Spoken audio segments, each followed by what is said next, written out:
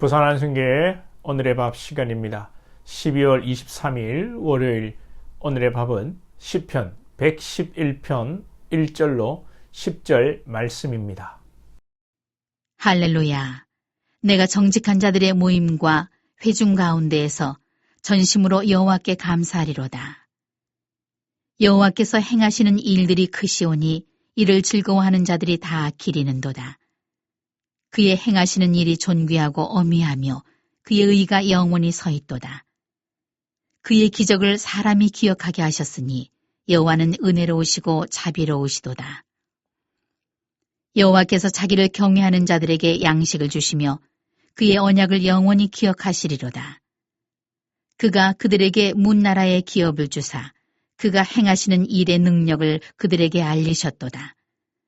그의 손이 하는 일은 진실과 정의이며 그의 법도는 다 확실하니 영원 무궁토록 정하신 바요 진실과 정의로 행하신 바로다. 여호와께서 그의 백성을 속량하시며 그의 언약을 영원히 세우셨으니 그의 이름이 거룩하고 지존하시도다. 여호와를 경외함이 지혜의 근본이라. 그의 계명을 지키는 자는 다 훌륭한 지각을 가진 자이니 여호와를 찬양함이 영원히 계속되리로다. 오늘 시 111편은 6월절에 주로 사용된 시입니다. 핵심 주제는 하나님께 대한 감사와 경배입니다. 우리가 하나님께 감사하고 경배하는 것은 하나님께서 우리에게 행하신 역사 때문입니다.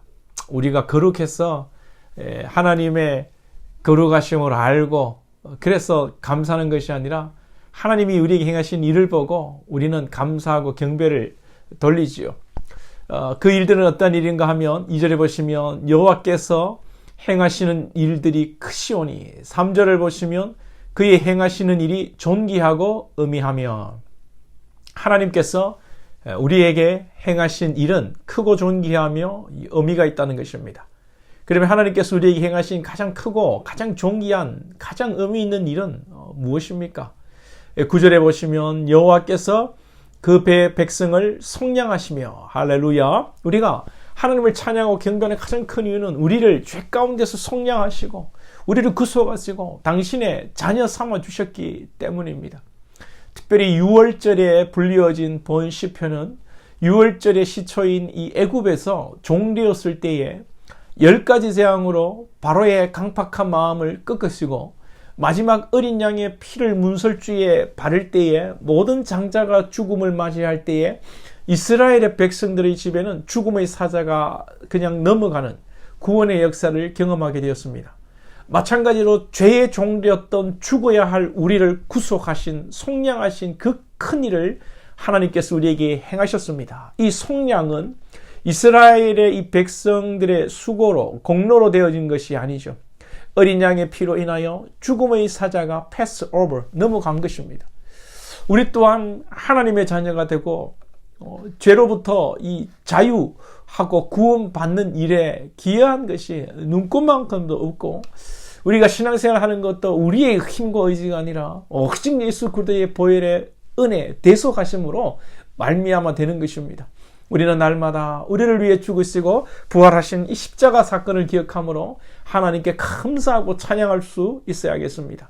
이 사건은 그저 옛날 주님이 2000년 전에 십자가에 죽으셨다 그 사건으로 끝나는 것이 아닙니다. 죽으시고 부활하신 주님을 믿는 모든 자들에게 영원한 언약이 되어주십니다.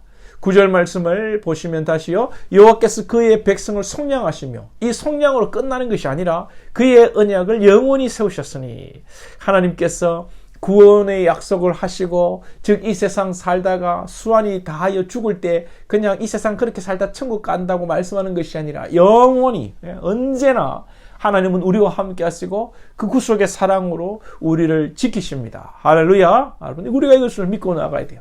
이스라엘 백성들이 출애굽하여 광야에서 먹을 것이 없고 힘들다고 불평할 때에 하나님께서 출애굽시킨 것을 기억하라고 말씀합니다. 가나안에서는 광야에서 지키신 하나님을 기억하라고 말씀합니다. 우리는 오늘 지금 우리 삶에서 변화와 축복과 기적을 기대하지만 하나님은 지난날 지켜주신 하나님을 기억하라고 말씀하십니다. 지난날에 이 은혜의 사건 중 가장 귀한 사건은 우리를 위해 피 흘리시고 살을 찢으신 주님의 십자가 사건일 것입니다. 신앙은 하나님의 축복을 감사하고 또 복을 기대하고 기적을 기대하는 것이 아니라 십자가의 사건을 기억하며 감사하고 찬양하고 오늘도 함께 하심을 믿고 한 걸음 한 걸음 주님과 동행하며 전진하는 것입니다. 십자가의 사건을 통해 우리는 하나님을 찬양하고 경배하고 또 우리 현재의 삶에 지금의 삶에 간섭하시면서 먹이시고 입히시는 하나님을 찬양하고 경배해야 합니다. 5절 말씀을 보시면 여호와께서 자기를 경외하는 자들에게 양식을 주시며 하나님께서는 구원을 약속한 백성들을 그냥 두시지 않으십니다. 일용할 양식을 주십니다. 먹이십니다. 입히십니다. 이스라엘 백성들은 먹을 것을 가지고 불평했죠. 그러나 이스라엘 백성 중에서 광야 생활 가운데 굶어 죽은 사람 한 명도 못 들어봤습니다. 하나님께서는 만나를 통해 필요한 만큼 덜도 말고 더도 말고 양식을 주셨습니다. 요즘 많이들 힘들어 하십니다. 어느 분도 요즘 사업 잘 됩니다. 그렇게 하시는 말씀, 경기 먹고 살만합니다 하는 분들 찾아보기 힘듭니다. 그런 분들 물질 때문에 또 사람 때문에 자녀 교육 때문에 또 어떤 관계 때문에 이런 일들로 고민하고 힘들어하는 분들에게 목사로서 그저 할 수 있는 말이 조금만 참으십시오. 인내하십시오. 하나님께서 지켜주실 것입니다. 입니다. 그러나 이 말이 상투적이고 힘이 없는 말 같지만 이 말이 성경의 말씀이고 하나님의 말씀이고 믿는 자에게 소망이 되고 능력이 되는 줄 믿습니다. 예수님께서 공중에 나는 새도 들의 백합화도 들풀도 하나님께서 입히시고 먹이신데 하물며 너희일까 보냐 말씀하십니다. 바울도 로마서 8장 32절 말씀에 자기 아들을 아끼지 아니하시고 우리 모든 사람을 위하여 내주신 이가 어찌 그 아들과 함께 모든 것을 우리에게 주시지 아니하겠느냐 말씀하죠. 믿음은 바라는 것들의 실상이요 보지 못하는 것들의 증거입니다. 바랄 수 없는 중에 바라고 남들이 안 된다고 할 때 되게 만드는 것입니다. 이것이 믿음이요 신앙이요 우리의 신앙의 배짱입니다. 어려울 때 절대 신뢰하며 감사할 수 없는 상황에서 하는 절대 감사가 참 신앙이요 진정한 하나님의 은혜를 누리는 방법인 줄로 믿습니다.